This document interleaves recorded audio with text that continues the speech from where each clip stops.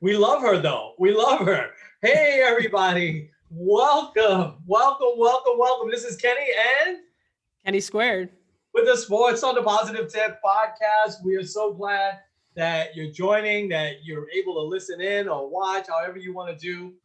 This is where we talk positively most of the time about sports, about our teams. And so, Kenny, how you doing? I'm doing good. It was kind of a weird week with the Yankees because, they had Friday off. You know, I was Um, starting to text you Friday. Was that right? Oh, why did they have Friday off? because it's interleague, so they're doing like the 2 game series in Philly, and then they're gonna do the two at Yankee Stadium later on. Kind of just the way that it kind of worked out. I feel like that's kind of been a little bit more regular, especially with like the whole year-round interleague thing.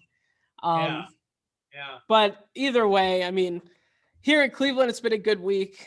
We're having a baby girl, so we're good yeah, there. yeah.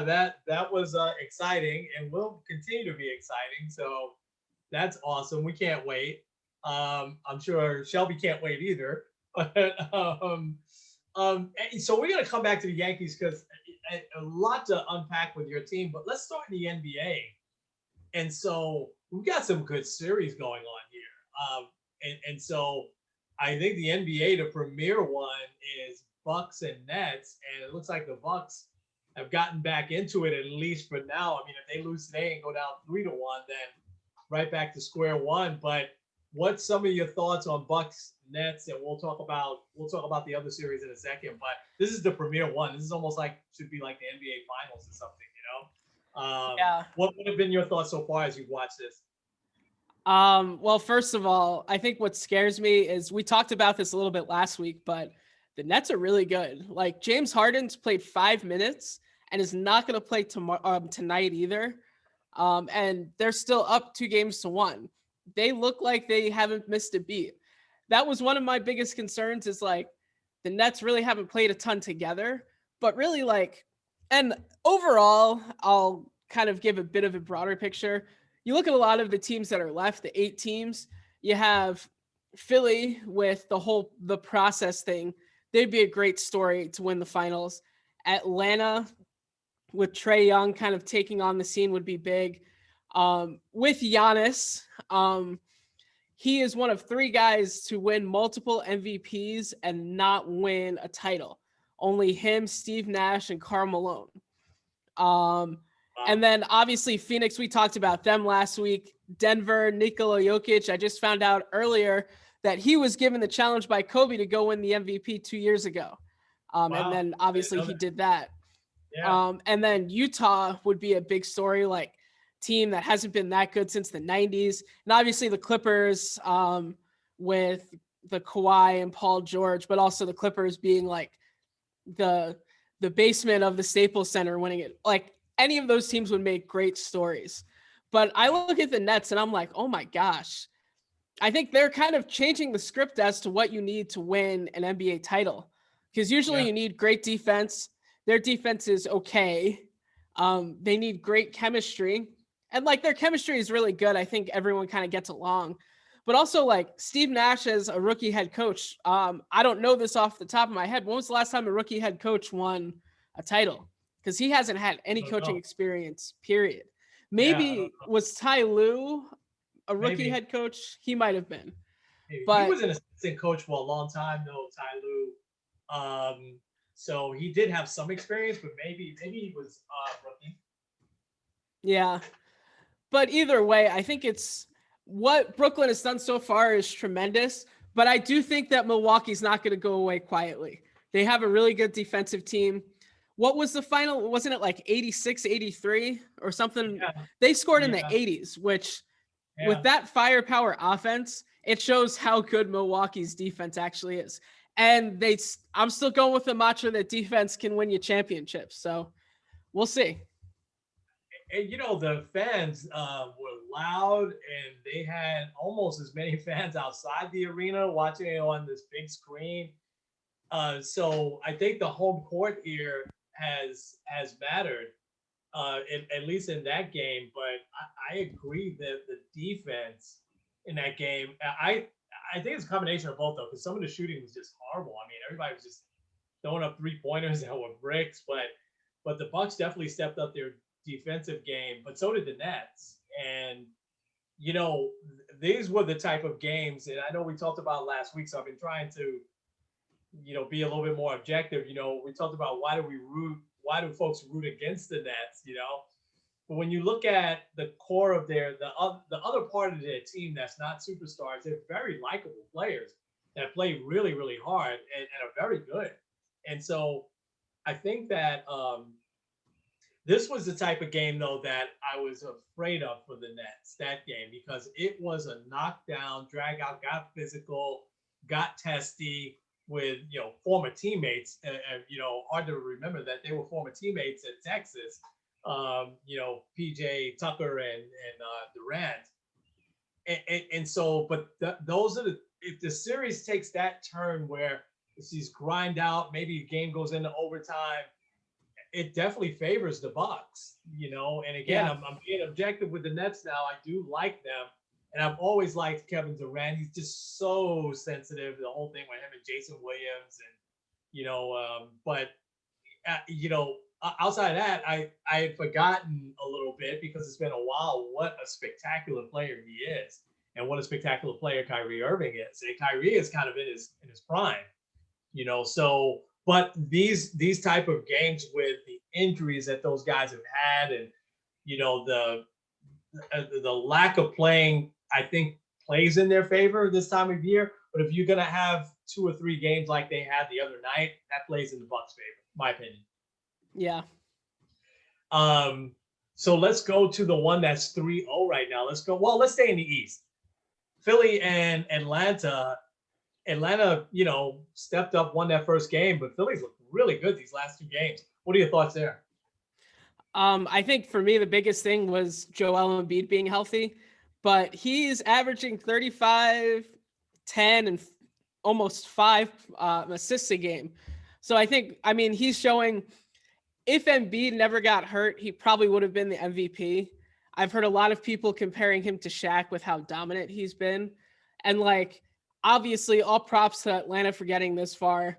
Trae Young continues to light it up, but I think here Philly's the better team. I think also something that's kind of not really said enough is really how motivated everybody is on that team.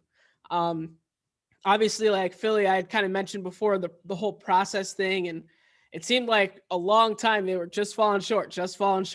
But now, Ben Simmons is great defensively. He still can't shoot, but that's fine. Embiid has been an absolute force, but also Doc Rivers. I think he really has a lot to say, hey, I can actually coach in the playoffs, because he's the only coach to blow 3-1 leads. And obviously, a win in game 4 will put him up 3-1. But I think that you look at Doc Rivers, I think he really wants to show I can actually take this team to the finals. I can do this. Yeah. And I think that's something that's not said too much. Yeah. Doc Rivers, he can do it. His voice just kills me, man. He gets hoarse after the first quarter. Yeah, I agree with everything you said. I don't have anything to add to that. I think it'll be really interesting if Atlanta ties this up at 2, though, and then it becomes a 2 out of 3 type series. Embiid, he's really surprised. He hasn't surprised me how he's played. He surprised me that he stayed healthy, that he wasn't hurt as bad, because he's also like Anthony Davis, man. They get hurt a lot, Yeah. And so, but I agree with you. I think when we did a podcast mid-season, somewhere around there, we had both said Embiid was right there as the MVP, and taking nothing away from Jokic. But I totally agree. I think that Philly wins, obviously, this. I mean, that's easy to say, right? They go up 3-1, but I think that it's a wrap for Atlanta. But I'm rooting for a long series. It'll be fun to see if Atlanta wins this game 4, if they get their fans behind them, which typically historically there in Atlanta, the fans have just been lukewarm, for baseball and basketball, and just for the Falcons, they've been big. But so we'll see. I think I think that Doc Rivers is definitely the X factor here, not just in this series, but possibly even in if they do go on in the next series. Um, let's start with Phoenix, man. Did you expect them to be up 3 games to nothing on Denver? No. Um, it's been like I feel like in the first round, there was a lot of like, I don't really know who's the favorite. I don't know who's really putting it on. And really since game 4 or sorry, I have it here, game 5 of the first round, listen to what Phoenix has done. 115 to 85 to the Lakers, 113 to 100 to the Lakers, and then 122, 105, 123, 98, 116, 102. They're winning double digits like it's nothing. Oh, And that's crazy. also, like, Yeah. Denver has the MVP. Yeah. So I think it's really interesting to see how they've really just turned it on. And I would even say if they can close them out tonight, that'll be really big because I feel like every time Chris Paul has gotten really, really close, I think of especially when they were up 3-2 to Golden State when he was with Houston. And then he gets hurt. And then they have like that horrible game 7 where they miss like 28 shots in a row. Um, like, I look at that. You have at least a few days because who knows what's going to happen with Utah and LA. Like, they could have easily like a week off, which could easily rejuvenate a guy like Chris Paul, who isn't exactly young anymore. So they could be Yeah. very dangerous. Yeah. I didn't realize those 5 games had been that dominant. I got to see, because those games have been on late, Denver and Phoenix, but I got to see a couple of quarters one night, might have been game 2. And I really thought, and this hasn't been said much, but when I look back at the playoffs last year, Jamal Murray was just unbelievable. And they were just throwing up 3 pointers that were clanking all over the place. Jokic was doing his thing in terms of the passing. He's a great passer. And he was hitting some of his shots, but he wasn't getting the help. And the X factor last year, them getting to the conference finals, was Jamal Murray. And they definitely miss him in this series now. And since he got hurt, maybe it was about 15 games left in the regular season. Denver went on that late run in the regular season, did extremely well, and obviously they won the first round. So nobody has said that, but I think against now a team like Phoenix obviously clearly better than Portland, right? They definitely miss him. I mean, I think he would kind of be a little bit of the X factor, and there's nothing they can do. I think this is going to be a short series. If they don't win it in 4, they'll win it in 5.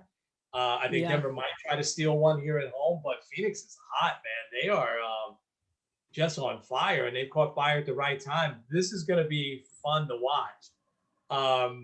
The Clippers puzzle the heck out of me. Do they puzzle you as well? Yeah. There are times where they look great, and there's times where they're like, what in the world is going on? Yeah. They've got something working against them, though. And obviously, there's a first for everything. But I saw that no team has ever come back down 0-2 twice in a single playoffs. So if they win, big if, they'll be the first team to do that. I it's funny because they go on these spurts, and sometimes it's a couple of quarters where they look like they are unbeatable. They just look like they are the team of the century, and then they just go into the tank sometimes, and it is just really, really odd. And I didn't realize that Kawhi Leonard will be a free agent again at the end of this year, and so you just wonder what's going through his head. He was the one who kind of put at least a good part of this team together, right, with Paul George. Yeah. And so is he, is he going to be loyal and stay there and see it through? I mean, it's still a long way to go here, but I'll say this, even though they won last night, Utah is sort of like Phoenix. They're just a step above these other teams that are very good. I mean, you look at Denver, the Lakers, the Clippers, they're very good, but it's just when you watch Utah play, you just feel that they're a step above the Clippers. Same with Phoenix, and so I think that the Clippers are going to make this a long series, but I just don't think they're gonna beat Utah. I think it's a collision course with with Phoenix and with Utah out there. They battled all year long for first place and second place. So Yeah. it's just funny. But again, they could surprise me, because if they ever put together a string of like 4 or 5 games like Phoenix has, nobody can touch the Clippers. They're that deep and that good. They've got such a good bench and everything. But sometimes they just play like they're lost. It's really odd to watch. Yeah. Yeah. So this is going to be a fun week. So we got the Nets play today, right? And then there's somebody tonight. Is it Phoenix? Phoenix and Denver is tonight, right? Yeah. They might close that thing out tonight. We'll see. We'll see. All right. This is going to be fun to continue to watch this. Obviously, we're going to have 2 new teams in the finals. All right. Let's switch over to baseball. What's going on with your Yankees? We can't seem to gather some consistency going here. And you really wanted to talk about the game yesterday. So I'll give you some time and space. Give us some recaps. And what happened yesterday? Well, and this is going to tie a little bit into what our last topic about what we would change as a commissioner. Yes. But I want to liken this week to the Yankees to Mark chapter 8. When Jesus heals this blind man in Bethsaida, he goes and like prays on him. He spits in the guy's eyes and then he says, "What do you see?" And then he says, like, "I see people, they look like trees walking around, kind of like fuzzy." And then like he prays for him again and then he's healed. I feel like the Yankees are kind of in that like fuzzy area, because like the biggest issue this year has been their offense. They're like last historically in a lot of stuff, like worst offense since 1905, worst offense in this category since the 1930s, whatever.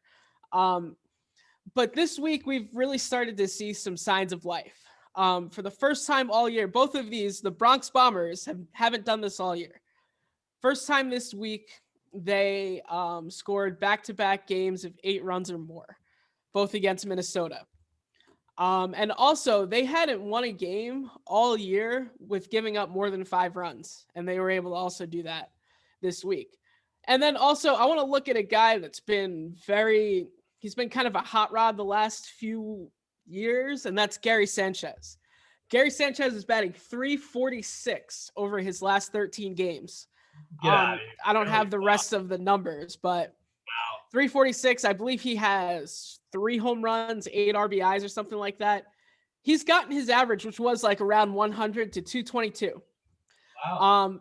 Another guy that really has turned it on is Miguel Andujar, who he's gotten a lot of time just because of all the injuries. Yeah. And really the last like week or so, I believe he's hit 4 or 5 home runs. So he's really turned it on. Also, I think a big sign of hope for the Yankees is the injuries are starting to kind of turn around. Zach Britton was activated yesterday, so he hasn't played all year, so that's great. Luke Voigt is starting a rehab assignment today, so that means he'll be back within the week. The only negative is Luis Severino, who made his first rehab start yesterday and left with a groin injury. So they're not sure what the deal is. They're doing an MRI and all that. But also the other minor negative thing, Aaron Judge was scratched from the lineup today because of back spasms. Yankees can't really afford to lose him too. He's been their most consistent guy. Yeah. But yesterday was a rough game for a few reasons. First of all, the Yankees made a great comeback. They were down 7-2, came all the way back. They scored 1 in the 8th. DJ LeMahieu, who's been kind of shaky with runners in scoring position, 3-run home run, ties the game. So not taking anything away from the Yankees, I'll just say this: the Phillies bullpen is still terrible, by the way. Yeah. But take nothing away. A 5-run comeback is a 5-run comeback. That's awesome. Okay, go ahead. Yeah. Well, and also the Yankees offense, I think it shows like, okay, we can actually come back, because earlier in the year, that would have been like a 9-2 final. Yeah. So first of all, NL Ballpark, Giancarlo Stanton, who they haven't directly said it, but Stanton doesn't play the outfield. So he wasn't in the lineup yesterday. He pinch hit. He's not in the lineup today. He'll probably pinch hit for the pitcher in like the 7th inning or whatever. They're afraid he's gonna get hurt. That's why they don't play him in the outfield. So okay. Yeah. So that's a little frustrating. So, and Stanton, he hit 3 home runs over 2 games in Minnesota. So They like, needed that. Absolutely. yeah, he's coming around too. And it's just like, oh, okay. So he's not going to play for like 4 days now. But then the lovely extra inning rule comes into play. Yankees don't score in the top of the 10th, bottom of the 10th. Girardi, who loves the small ball, starts out with a bunt. Chapman, who comes in the bottom of the 10th, he fields it, kind of hesitates, and then throws it a little high to Wade, who was covering. So Wade had to get off the bag, bang, bang play, but he was clearly safe. So E1, first and third, nobody out. Little dribbler to third base. Urshela does the best he can. The throw is late and gets away from Sanchez anyway, so the game's over. Oh boy. Tough to lose a game like that. Yeah. Yeah. But really, like, overall, right now they're losing 4-0, so hopefully they can turn it around again. But it was an odd week because they're only playing 5 games. And if they finish off 1-4, it'll look bad in the standings. But I think also it's kind of showing that maybe the offense is starting to get itself together again. Yeah. Starting pitching seems still a little shaky. Tyone didn't get out of the first inning yesterday. Herman's already given up 4 runs. So some of the guys aren't looking great. But let's stay positive. Garrett Cole, I think, was a good highlight this week after all the issues with the spider tack and his really weird answer. The biggest guy that was accusing him was Josh Donaldson, and he struck him out twice. People were saying, oh, he should hit him. He should hit him. It's biblical. You shouldn't take revenge. Just go and do your thing. And he did. Yeah. Good. I don't know what to make of the Yankees. I think that it looked like they won a nice roll for a while, and they got slowed down a little bit. And the Phillies aren't so far as good as I thought they'd be. There's still a long way to go. But they're, like I said, the Phillies bullpen is brutal still. I think that as they start to get these guys back and they're healthy, because their pitching hasn't been bad at all. But I definitely see, here's where I'm going with your team. I definitely see them making a couple of moves. And I think already Cashman has probably got his eyes on somebody that has a bad contract that still is doing well on a team that's not doing so well. And he will, scoop that up right away. I think he'll go for pitching first.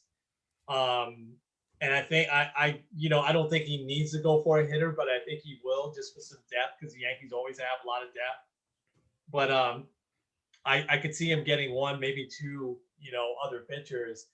And I don't think he's going to stand pat, because I think they need that consistency a little bit more. So we'll get back to that 10-inning rule, because I know how you feel about it. We'll get back to that in a second. What are you thinking about Jacob deGrom? I mean, so far he's still going to make his next start. So far he's not going to miss any time, because the fans didn't know. I mean, that was the biggest crowd they had at Citi Field. They were booing when Miguel Castro came in, but they didn't realize that he was taken out because of an injury, because he only had 80 pitches, 6 innings, and he was just dominant. I mean, and he was dominant, and he was feeling a little bit of uncomfortableness, as he said. As you're watching Jacob deGrom, what are you thinking about what he's doing here? I think, first of all, the guy is you could go with a couple other guys in this area, and it's really early to say it, but deGrom's the MVP of the National League. Just bottom line. I think it's crazy that he has driven in more runs than he's given up. He's given up 4 runs and driven in 5. Yeah. You can't say that about Shohei Ohtani, just saying. Surprising. Yeah. Well, not surprising so much the runs given up, because there's nobody 4 runs and how many starts? 11 starts? Something like that? 10 starts. 10 starts. That's just unbelievable. And also, I forgot exactly this number, but he has just everything he's doing is absolutely historic. Doing it better than like the one that we always go to, Bob Gibson, 1968. And like, he's got a .56 ERA in June. Like, Yeah. that's incredible. Yeah. And like the highest his ERA ever was .8 this year. And that was after giving up 1 run against Colorado on May 25th. The guy's been spectacular. It's like, it's such a big stark comparison. It's like DeGrom and then everybody else. Yeah. And he seems to just keep getting better and better every single year. Yeah. Like I said, I would vote for him for MVP right now. And I don't really know who else you could vote for. Well, it's interesting because the fans were yelling that on Friday. They were doing the MVP chant. And the National League doesn't do that often. I think the American League historically has done that with pitchers, Roger Clemens, Pedro Martinez. If you go back, even Raleigh Fingers, they've been a few more in the American League than the National League. I want to say that I think the National League did that with Clayton Kershaw several years ago. But they historically, even don't do that. I don't even think Bob Gibson, maybe he won the MVP that year. I don't think he did. I think there was somebody else. You can look it up, 1968. I listen, there's no words for DeGrom. I like how the Mets are playing right now. I think they're on a good roll. They're losing right now to the Padres, just 1-0. But if they get a sweep here, that'll be huge with one of the best teams in baseball, obviously. Yeah, so, he did win MVP that year. Oh, so yeah, okay. So the National League has done it sometimes, not often. The American League has done that more often. We'll see. We'll see. Right now, nobody's having a really huge offensive year, hitter that's going to be a clear cut, winner. So, and DeGrom's got to start the All-Star game. Even, just close it down now. You gotta start him, and everybody's going to be tuned in to watch this guy. Yep. All right, this is a fun conversation that you put topic, and I wrote a bunch of things down. I know you have some things down. Maybe we'll go 1 and 1. So why don't you kick it off? What's this fun topic that you got? Yeah, so I saw this article a few days ago that asked, and they had asked for like fans' input. What would you do if you were commissioner for a day? Specifically talking about baseball. And the article is very interesting, having some like crazy things. It was funny because some of the people, they said, oh, I'd fire Bob Manfred, which, okay. But yeah, come on. So, and then they kind of went through some of the ones that they thought were very interesting and some of the ones that they thought were very crazy, like that type of thing. A lot of people said like reinstate Pete Rose. But I thought it would be kind of interesting for us to kind of talk about like, what would we do if we were Bob Manfred for a day? Yeah. So I'll start out with this one. Like I said, this ties in with the Yankees yesterday, adding the universal DH. It worked really well last year. I don't know why they didn't do it again. Something else I would consider if we want to kind of mix AL and NL rules a little bit. The Atlantic League, I believe, is piloting this, and that's doing what they call the double hook. So the DH is allowed to be there so long as the starting pitcher is in. Once the pitcher gets removed from the game, the DH is gone from the game. Which means that let's say if like it's the 6th inning and the Yankees are pulling Garrett Cole, that means that Giancarlo Stanton, whoever has that spot, the pitcher's spot would then go there. They say it encourages like pitchers to stay in longer, which is something that would be very useful. So that's my first one. Interesting. I didn't know about that second part, but I had the same thing. I'll just say it real quick. It's 2021. 1972 was when the DH rule went into effect. Why is the National League the only league on the planet? Every other league, professional or minor league, has high school, pee-wee league, whatever, man. Everywhere has a DH except the National League. It's been time. It worked out great last year. Come on. So I would do that right away. Okay, what's your next one? Yeah, I'll also add this too. I think of Masahiro Tanaka, who strained both his hamstrings running the bases a couple years ago, Yeah, I'm and not laughing also at that. Ching-Ming Wang. Like Yeah, yeah, that guy's yeah. career was gone because he ran the That was bases, his and career. The guy had won 19 games 2 years in a row, and he should still be pitching. I'm sure he's young enough to still be yeah, pitching. All right, what's your next one? So DH, we totally agree on. yeah. Next one, baseball's got to end the dumb blackout rules. To me, if you're getting the MLB TV package, you should be able to watch the team that's in your area. Baseball's very regional anyway. Like you Yeah, don't really see a ton of Indians fans in New Jersey. Like usually where you are, that's where the fandom is. And like you should be able to like watch MLB TV. You should be able to like watch like the opposing team's broadcast because you don't really like yours. Or if they're on a national game during the week, like sometimes I love watching the ESPN feed as opposed to the Yes feed. Mainly like I don't have anything against Michael K, but like it's something different. yeah, That's something I think also to me you're losing out on a lot of money. yeah. But I like that. I don't know the reason for it. When I was a kid in the 70s, you only had the game of the week. And they would say, hey, the game of the week next week is going to be the Mets and the Cardinals. You knew you weren't going to see it, even if it was in St. Louis. And then they always had the backup game, which would only be broadcast in the two cities, there where they had, the home game. And then what made it worse is that because the Mets were chosen for the national game, they weren't on locally. So the game was only on radio on a Saturday and a Saturday afternoon. Who wants to just, you're a kid, you don't want to sit around and listen to the radio, at 2 o'clock on Saturday afternoon. Sometime in the 80s, maybe mid to late 80s, that they lifted that. I don't know why ESPN and TBS does that. It makes no sense. Fox doesn't seem to do that, so I don't get that. Every time Mets or Yankees are on Fox, they're on, but ESPN and TBS, it's the weirdest thing. All right, I'm gonna give one that was your idea several years ago, and I love it. And I'm gonna combine a few into one real quick here.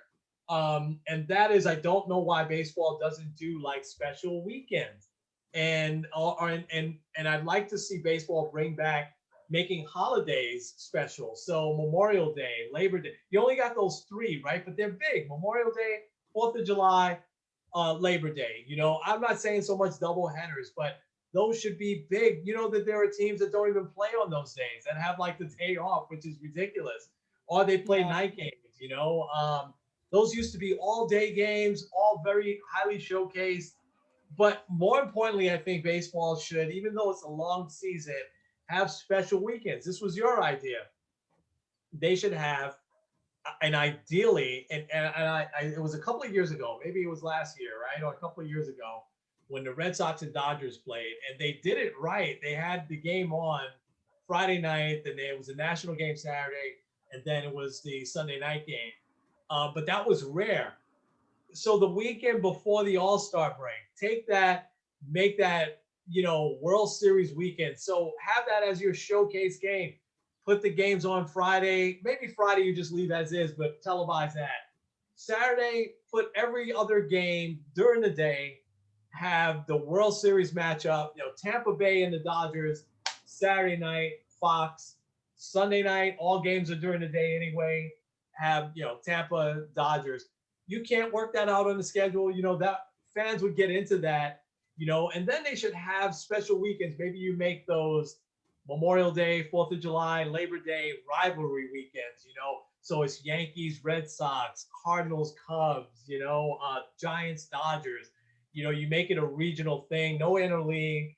Just and they could work that out on the schedule too. I know they think they can't, but I just think that baseball, because it's such a long season, I think they could make specific chunks of it, special, and they don't.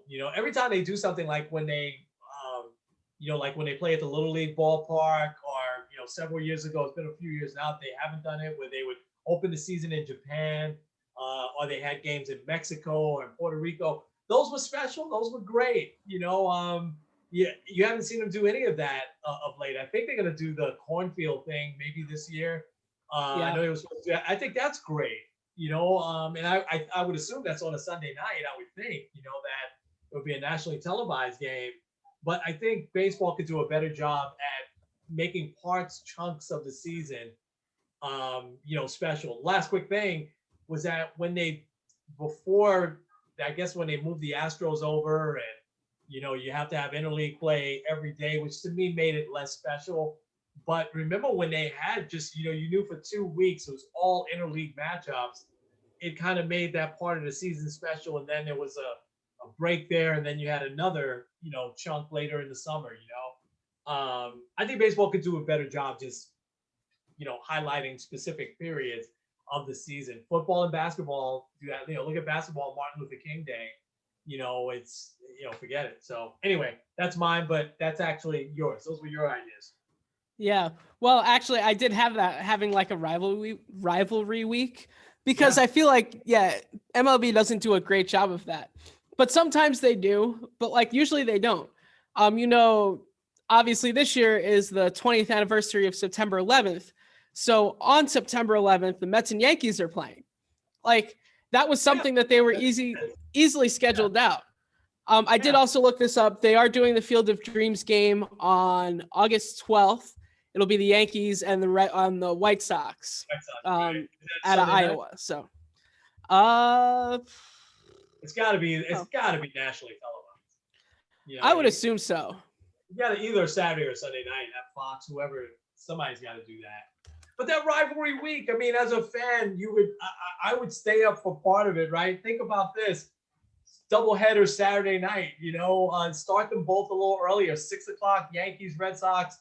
9 o'clock Giants, Dodgers. I mean, rivalry week, and you could get some of the older players to come in as like guest commentators. You know what I mean? And kind of talk about, the thing about Reggie Jackson talking about the rivalry with the Red Sox in the '70s, or Jim Rice or somebody like that.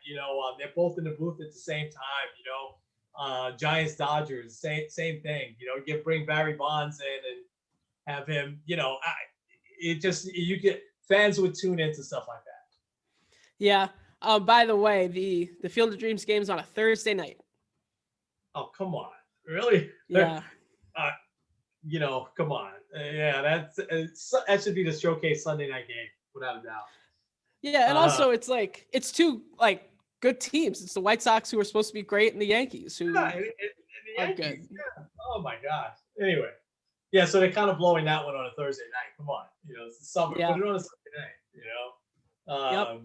What else you got? Next one is I was hesitant to say this one at first, but expanding the playoffs to 12 teams. Okay. I would be open, and kind of with this, I would also say look for expansion teams, like whether that's Portland, Montreal, Nashville, wherever. So then, like, if you were to add 2 teams, you can do four team divisions. So you have your 4 division winners, 2 wild cards. So it would be similar format to the NFL before last year. Yeah. And then, like, from there, you can have a wild card series, a best of 3. Winner or the division winners would then have home field for all 3, kind of like they did this or patched like last year. And then from there, kind of do the normal format. I really like the wild card series. I didn't think I would, but I think doing a 12 team playoff field with like a wild card, I'm not for 16 teams. I feel like that's too much, but giving like the best teams, whether that like this year is probably be like Tampa Bay and probably Oakland, giving them a bye, and then everyone else kind of duking it out to make the division series. I think that would be a lot of fun. Yeah. So 6 teams to make it in each league. Yeah. Yeah. I like it. I didn't think it was good last year. I didn't think I'd like it last year, but I did. It was good. I think along with that, they'll never do this, but I would shorten the regular season some and start those playoffs a little bit earlier, like, start it, like late September, and truly have October, as baseball's month.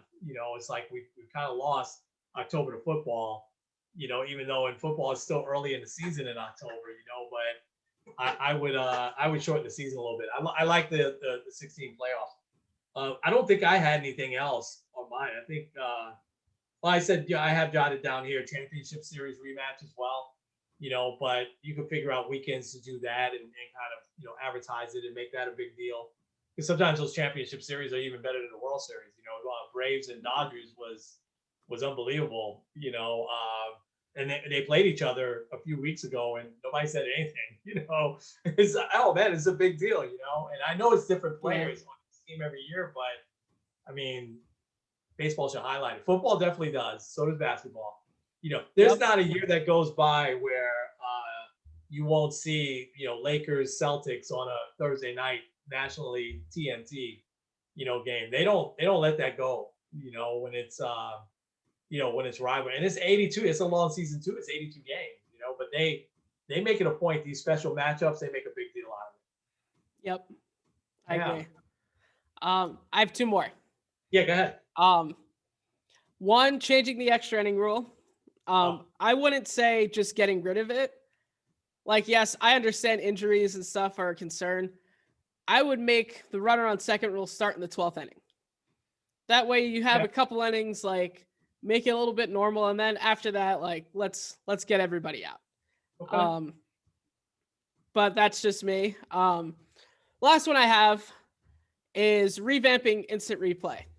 There's been a lot of instances, especially on Sunday night games, where bad umpiring became worse because of the way that replay is. What I would say is, instead of it being like the ruling on the field has to be fully overturned, I would let the umpires who are doing the video thing look at the call straight up, not looking at what the umpire on the field said, and kind of make the call from there. If they agree, fine. If they don't agree, then they go with what they say. So not knowing what the call was. Okay. Yeah. Okay. Because there's been a few times where it's like, well, that guy kind of looks safe, but the ruling on the field was out, so I don't know if there's enough to overturn it. And I feel like sometimes that kind of hurts. I would also say the same thing in football. It kind of hurts the the whole point in getting the call right. So it would be hard to convince that, but but almost sequester them a little bit until they have to look at a play. Because I would assume that they're in a place where they're watching all these games. I would just assume that. But maybe that's not the best thing. Maybe they don't even need to be there. That they just, okay, go to your computer. Here it is. It's in your inbox now. Take a look at it. Something like that. That's interesting. I like that. Okay. All right. And 12th inning instead of the 10th inning. Okay. All right. This is fun. So next week, let's do if you were the commissioner of the NFL. Yep. Okay. All right. Sounds good. Well, let's go ahead and wrap things up. This was a lot of fun. And hopefully the commissioner hears us and they'll change it. No, well, Yeah. Hey, that's because Kenny and Kenny said it, All right. Take us home. All right. This is Kenny Squared N. Kenny. With Sports on the Positive Tip, it's going to be a fun week. So we'll see you guys next week. Absolutely. Take care, everybody.